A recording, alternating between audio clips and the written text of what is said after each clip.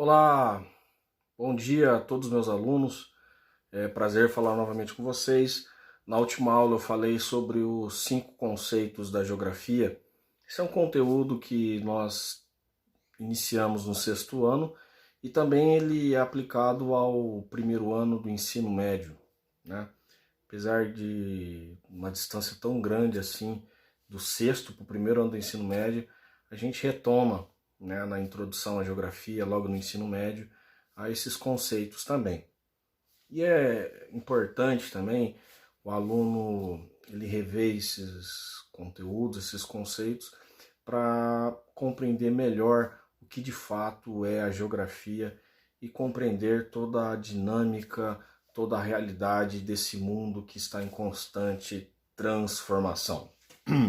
Então nós falamos sobre os 5 conceitos da geografia, como espaço, paisagem, lugar, território e região. A gente deu uma leve pincelada, a gente não aprofundou assim, né? Só retomando que dentro no conceito de espaço, nós geógrafos nos entendemos que o espaço geográfico ele é predominante. Praticamente não existem, ou se existem, são muito raros os espaços naturais no nosso planeta. Por quê?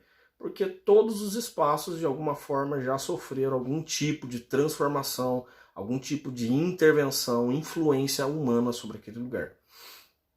Então, só há espaço geográfico. Então, o que é espaço geográfico, professor? Vamos retomar. Espaço geográfico é aquele espaço em que há elementos da natureza, elementos naturais, como montanhas, rios, florestas, o relevo, né, o sol, as nuvens, isso são elementos da natureza. Óbvio, normal, sempre vai ser, elementos da natureza não vai faltar. É isso que a gente precisa entender. Ah, professor, não tem espaço natural, mas tá, não tem, mas elementos da natureza sempre existirá. Então nós temos os elementos naturais e diante disso tudo nós temos elementos culturais, aqueles elementos que são feitos pelo homem, fabricação humana, coisas artificiais, objetos feitos pelo homem. E o espaço geográfico, então nós temos elementos natural, elementos culturais, naturais e culturais. E forças naturais, que são as forças, aquelas que agem, transformam o espaço. Meteoro, tsunami, furacão e por aí vai.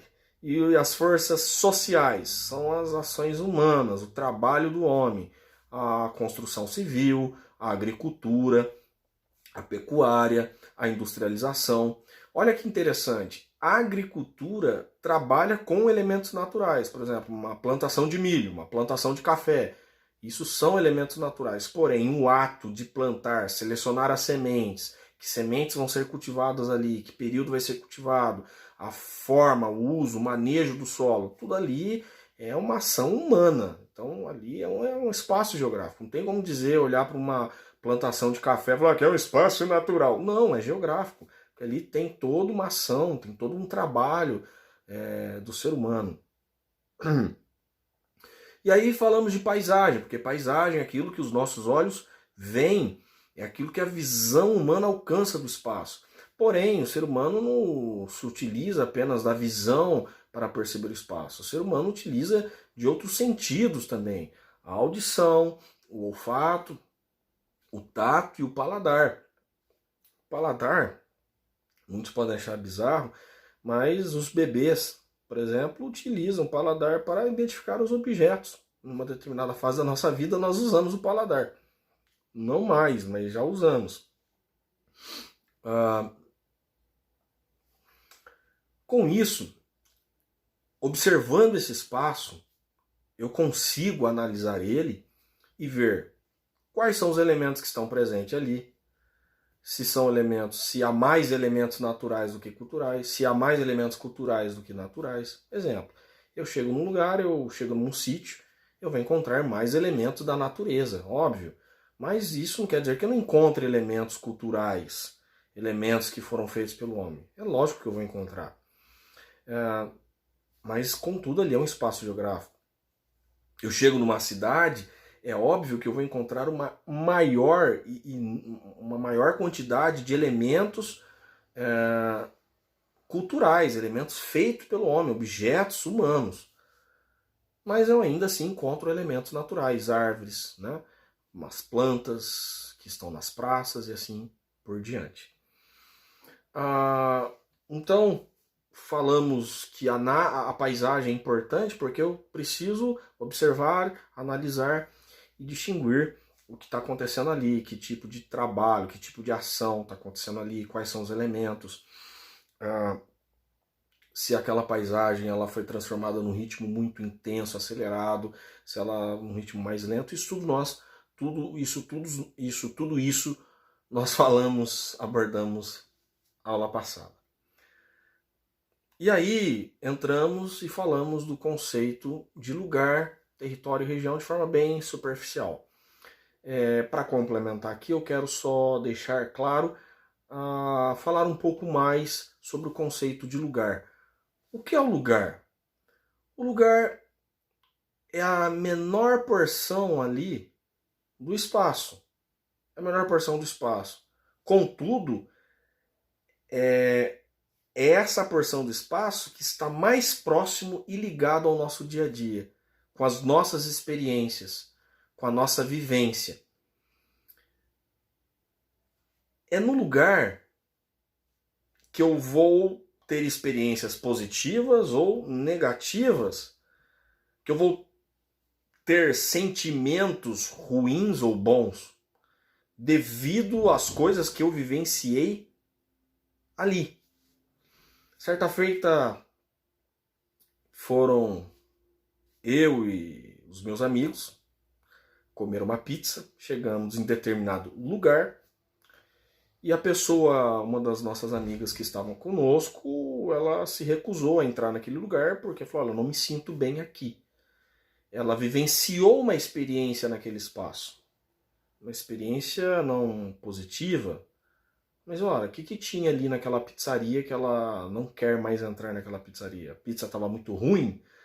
Não, é porque há um tempo atrás aquela pizzaria, na verdade, era uma funerária.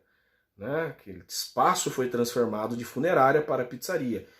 E naquela funerária, o vô dela foi velado ali. Então ela tinha sentimentos ruins, tinha lembranças, o passado ainda era doloroso para ela e ela não quis fazer aquela refeição conosco, todo mundo com fome. Não, vamos para outro lugar, né? A gente pensar nos nossos colegas e pensar nesse momento também. Não vamos ser egoístas, vamos comer aqui mesmo, tô nem aí, vamos comer. Não, pensar no próximo, né? E a gente procurou um outro lugar para comer. Bom, você vê que os lugares, sim, há lugar que você tem bons sentimentos e maus sentimentos. Né? Vamos lembrar ali do Mineirão. O Mineirão, Brasil e Alemanha. 7-1 para a Alemanha. Para os alemães, alegria total. Para os brasileiros, aqueles que torcem para a seleção de futebol, catástrofe. Né? Um outro lugar que foi símbolo de orgulho, alegria para os uruguaios, que foi em 1950, conhecido como Maracanaço. Né?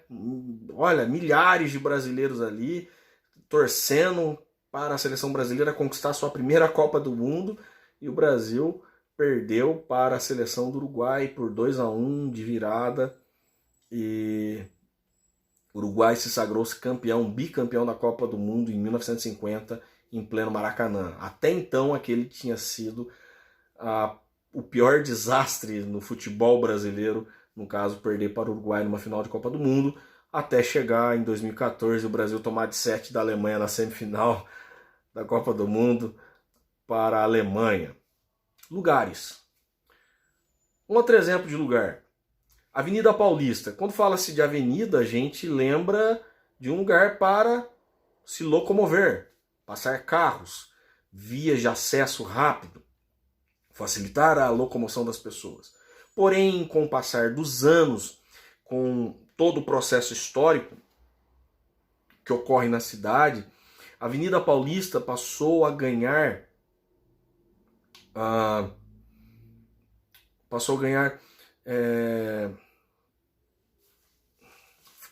passou a ganhar funções, as pessoas passaram a atribuir a ela um espaço para manifestações públicas e culturais, manifestações políticas, apresentações musicais, shows musicais, virada do ano, Réveillon, Copa do Mundo.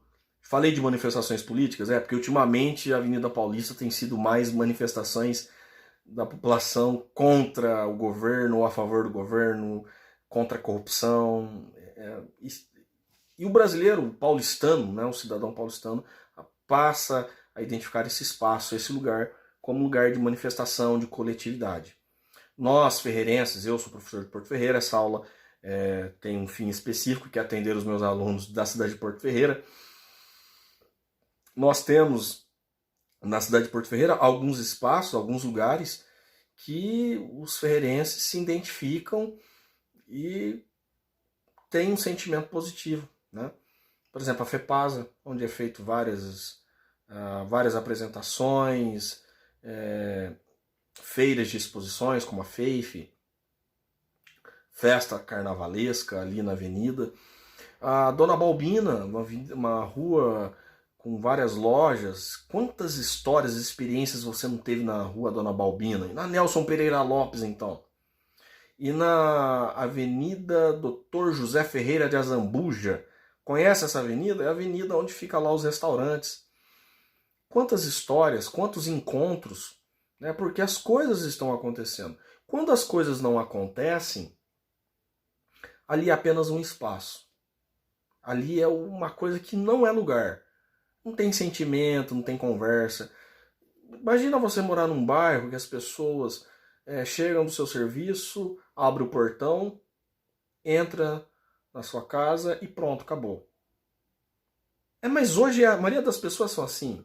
A maioria dos bairros, principalmente os bairros mais ricos, antigamente as pessoas elas iam às ruas e conversavam mais, dialogavam mais, compartilhavam suas histórias, viviam essa vida comunitária